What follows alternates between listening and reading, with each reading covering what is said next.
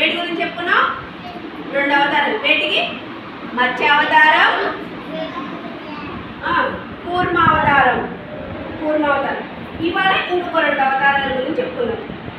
వరాహ, Narasimha. First వరాహ అవతారం గురించి చెప్పుకున్నాం.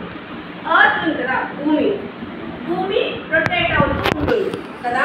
రొటేట్ అవుతూ ఉంటే కొన్ని యుగాలకి ఏమవుతుందంటే రొటేట్ అవుతూ ఉండటం, అది రొటేట్ అయ్యేదానికి పక్కకు వచ్చేస్తుంది అన్నమాట.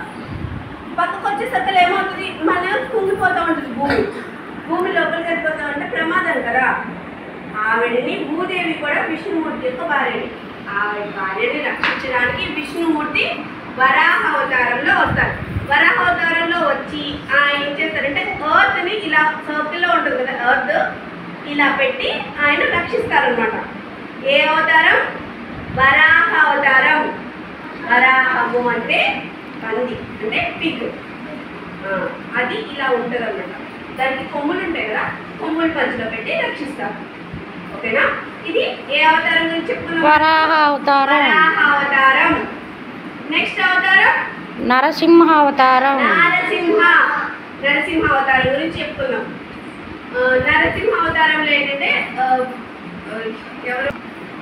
హిరణ్యకశ్యపుడు అనే రాక్షసుడు ఉండేవారు. ఆయన ఏంటంటే విష్ణుమూర్తి అంటే ఆయన కోపం.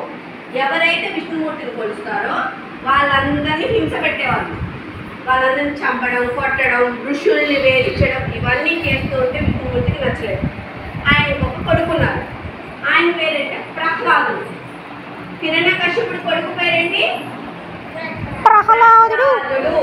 కొడుకు పేరేంటి? ప్రహ్లాదుడు. హిరణ్యకశ్యపుడి కొడుకు ఎవరు? ప్రహ్లాదుడు. విష్ణు భక్తుడు అనమాట. ఆయన మీద, కొడుకు మీద కూడా కోపం వచ్చి, నీకు విష్ణువు ఎక్కడున్నాడు చూపించి, నేను అసలు ఆయన చంపేస్తాను అంటే పెద్ద స్తంభంలో నుంచి, ఈ స్తంభంలో ఉన్నారు చూడండి, అక్కడ లేదు ఇక్కడ ఎక్కడైనా ఉంటాడు విష్ణుమూర్తి. ఇందు కలడు అందు లేడని సందేహము వలదు, ఎందెందు వెతికినా అందందే కలడు. ఆయన మామూలుగా ఎక్కడ వెతికినా అక్కడ కనిపిస్తారన్నమాట విష్ణుమూర్తి. అనేసరికి ఆయన ఏం చేస్తాడంటే హిరణ్యకశిపుడు స్తంభాన్ని పగలగొట్టేస్తాడు. స్తంభంలో నుంచి ఉగ్ర నారసింహమూర్తి, నరసింహస్వామి ఎలా ఉగ్ర స్వరూపంలో అతను బయటకు వచ్చి ఆయన పట్టుకొని, హిరణ్యకశిపుడిని పట్టుకొని ఇలా ఒళ్ళో పెట్టుకొని పొట్ట చీల్చేసి అవన్నీ వేసేసుకొని, సో ఏంటి ఇప్పుడు హిరణ్యకశిపుడు ఏం చేశాడు? బ్యాడ్ థింగ్స్ చేశాడు, అందరినీ బాధ పెట్టారు. అలా చేసినప్పుడు ఎవరు వచ్చారు? నరసింహస్వామి వచ్చారు. నరసింహస్వామి వచ్చి ఆయన చంపేసి న్యాయాన్ని బతికించారన్నమాట, చెడుని అంతం చేశారు. ఓకే, అర్థమైనా? ఇవాళ ఏ అవతారాల గురించి చెప్పుకున్నాం? వరాహ, నరసింహ.